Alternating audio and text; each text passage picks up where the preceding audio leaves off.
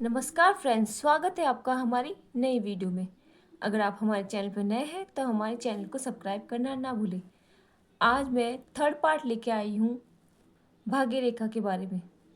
यहाँ से दीप चंद्र पर्वत से रेखा आए और यहाँ पे आके दीप से मिल जाए, तो ऐसी स्थिति में यहाँ भाग्य रेखा में अड़चने, बाधाएं, मुसीबत जो दिखाई दे रही हैं वो किसकी वजह से आई है, मुसीबत है वो किसकी वजह से आई, तो यहाँ माना जाएगा यहाँ जो चंद्र पर्वत है वहाँ से आई है। कोई पत्नी है, कोई प्रेम संबंध है, ऐसा व्यक्ति भी हो सकता है जिससे आपका मानसिक जुड़ाव हो, उसकी वजह से आपकी लाइफ में प्रॉब्लम आ रही है।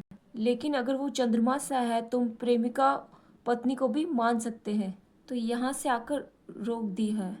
तो किसी व्यक्ति विशेष के कारण आपके कार्य में नुकसान होगा, आपके कार्य में बाधा हुई है और उसको हानि हुई है, अगर ये लाइन चंद्र पर्वत से आके यहाँ पर दीप पे आ जाए। तो ये है दीप का चिन्ह।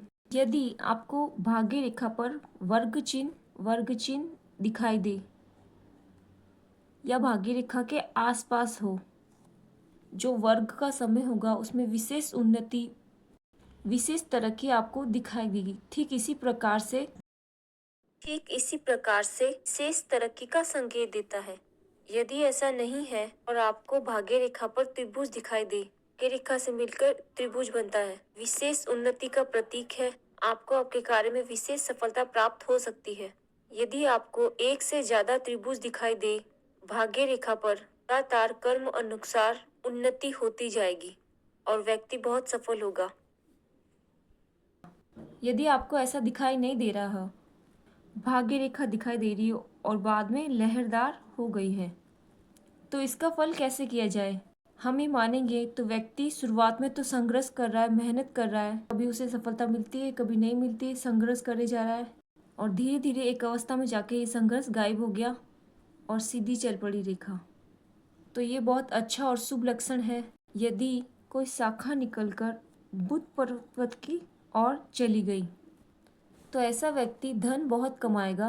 तो यहाँ के बाद उसके किसके साथ संबंध हो जाएगा, व्यापारी हो जाएगा। ये व्यक्ति बहुत अच्छा कोई व्यवसाय करेगा जिससे कोई विशेष उन्नति प्राप्त होगी। ऐसे व्यक्ति को व्यापारी, शोध करने वाले व्यक्ति होने के, वैज्ञानिक होने के, उस क्षेत्र में विशेष सफलता, प्रसिद्धि मिलने के चांस ज्यादा हो जाएंगे। तो अवसर कहाँ से आया उसका, एक तो सामान्य अवसर है। यदि कोई भाग्य रेखा से निकल से विशेष तरीके से बुध पर्वत तक जा रही है तो निश्चित रूप से ये विशेष सफलता उसी क्षेत्र में व्यक्ति प्राप्त कर लेगा। यदि भाग्य रेखा से निकल के कोई रेखा शुक्र पर्वत की ओर गई है तो शुक्र के द्वारा विशेष सफलता की संभावना है। यदि भाग्य रेखा निकल के कोई रेखा चंद्र पर्वत की ओर गई है तो चंद्र के कार्य से भी विशेष संभावना है सफलता की। यदि कोई भाग्य रेखा से निकलकर मंगल पर्वत तक गई है तो मंगल पर्वत से भी हमें विशेष लाभ होगा, लेकिन ऊर्ध्व रेखा होनी चाहिए, नीचे की ओर नहीं गिरनी चाहिए। यदि ये उच्च मंगल की ओर गई है तो यहाँ भी सेना और विशेष पद द्वारा मान सम्मान और विशेष कीर्ति, धन लाभ की संभावना होती है। यदि भाग्य रेखा कोई रेखा निकल के सूर्य पर्वत तक गई है, सूर्य के कार्य द्वारा विशेष सफलता की संभावना होती है। यहाँ से कोई रेखा निकलकर बृहस्पति पर्वत तक गई है, बृहस्पति के कार्य द्वारा धर्म, राजनीति, इस प्रकार के कार्य द्वारा सफलता प्राप्त होती है। शिक्षा के कार्य द्वारा विशेष सफलता प्राप्त होती है, सफलता की संभावना रहती है। ये तो थी भाग्य रेखा के विभिन्न स्थानों पर जाने की। भारतीय ग्रंथ के अनुसार यदि कोई रेखा नीचे की ओर तो उसका पतन होता है, लेकिन अगर कोई भाग्य रेखा इस पे गिर रही है तो उसे पतन के रूप में नहीं देखा जाएगा। इसे हम देखेंगे इस क्षेत्र से आती हुई मिलती हुई रेखा, इसलिए इसे हानि की रेखा कहना ठीक नहीं होगा। हाँ, अगर बहुत छोटी छोटी रेखा इस तरीके से गिर रही है, ये पतन की रेखा है। ये आपको घाटे, परेशानी, दुविधाएं, कार्य में बाधा, उनका संकेत देती है। यदि आपको इस तरीके से उल्टी रेखाएं दिखाई दे भाग्य रेखा पर तो ये विशेष धन लाभ का संकेत है। ऊपर की ओर बहुत छोटी छोटी रेखाएं ऊपर की ओर जा रही हो, काटती हुई नहीं, बहुत अच्छे से निकलती हुई ऊपर की ओर जा रही हो, इसका मतलब है आपकी तरक्की, उन्नति, इन समय में धन लाभ होगा। अगर पूरी भाग्य रेखा पर ऐसी लाइन दिखाई दे तो व्यक्ति लगातार धन लाभ करता है। बहुत से लोगों के आपने हाथ में देखा होगा कि जो भी कार्य करते हैं उसमें लगातार उनको उन्नति प्राप्त होती है, तो उनके हाथ में ऐसी भाग्य रेखा दिखाई देगी।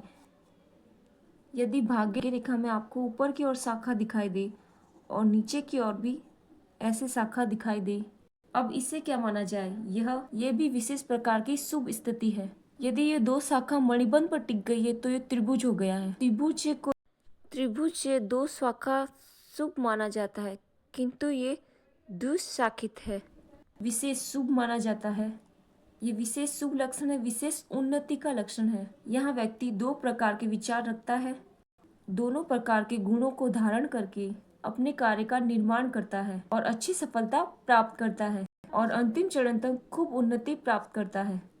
कुछ हाथों में आपको ये दिखाई दे कि भाग्य रेखा ना दिखे, ऐसे व्यक्ति का फल कथन कैसे किया जाए? तो सबसे प्रधान रेखा जीवन रेखा है।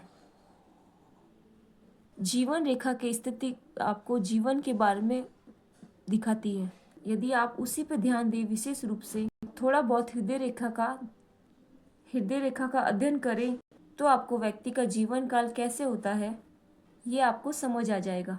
इसमें भाग्य रेखा महत्व होना विशेष बात है। यदि किसी के हाथ में भाग्य रेखा नहीं है तो उसे निराश होने की आवश्यकता नहीं है, क्योंकि खराब भाग्य रेखा होने से भाग्य रेखा ना होना बेहतर है। आप ऐसा बिल्कुल ना सोचिए कि आपके हाथ में भाग्य रेखा नहीं है तो आप तरक्की नहीं कर पाएंगे। ऐसा नहीं है, ऐसा उल्टा होगा।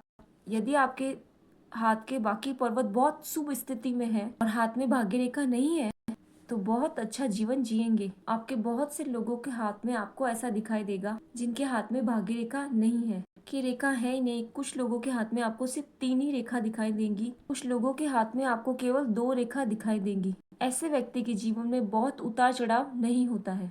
शास्त्रों में कहा गया है, बहुरेखा बहुचिंतक बहुत दुखी। हाथ में बहुत सारी रेखाएं होना अच्छा संकेत नहीं है, क्योंकि जिनके भी हाथ में अधिक रेखाएं होती है, अधिक मतलब मुख्य रेखाएं नहीं, बहुत सारी रेखाएं कुछ हाथों में आपको दिखाई देंगी। हाथ पूरा छोटी छोटी रेखाओं से भरा होता है, तो बहुरेखा बहुचिंतक, बहुत हाथ में रेखा होने से वो इंसान चिंतन बहुत करता है, विचार बहुत करता है और बहुत ज्यादा चिंता करने वाले बहुत ज्यादा दुखी रहते हैं। जो लोग विचार अधिक करते हैं वो लोग अधिक समस्याओं से, अधिक मानसिक कष्ट ग्रस्त रहते हैं। यदि 3 हाथ की रेखाएं बिल्कुल साफ सुथरी है, बहुत मोटी नहीं है, सरल है, सही रेखाएं है, गुलाबी है और हाथ की बनावट बहुत अच्छी है, हाथ में कोई भाग्य रेखा नहीं है, तो ये बहुत समस्या का संकेत नहीं है। ऐसा व्यक्ति भी बहुत अच्छी सफलता प्राप्त करता है। आपको ऐसे लोग देखने को मिल जाएंगे जिनके हाथ में भाग्य रेखा है नहीं, लेकिन वो जॉब पर है। चमसाकार हाथ वाले अधिकतर भाग्य रेखा पाई जाती है। प्रारंभिक हाथों में भाग्य रेखा कुछ कम होती है, लगभग आप देखें थोड़ी सी या थोड़ी बहुत होती है, बिल्कुल होगी नहीं कुछ हाथों में भाग्य रेखा, लेकिन उनका जीवन बहुत सरलता से व्यतीत हो जाता है। हाँ, लेकिन उनके जीवन में विशेषताएं कम होती है, ये जरूर मानेंगे जिनके हाथ में भाग्य रेखा नहीं होती है। हाथ में कम रेखाओं का मतलब है कि जीवन सरलता से चल रहा है, लेकिन ये भी मान के चले कि उन हाथों में विशेषताएं कम होती हैं। भाग्य रेखा में आज इतना ही। अगर आपका इस संबंध में कोई प्रश्न हो तो हमारे कमेंट बॉक्स में जरूर लिखें। Thank you so much for watching.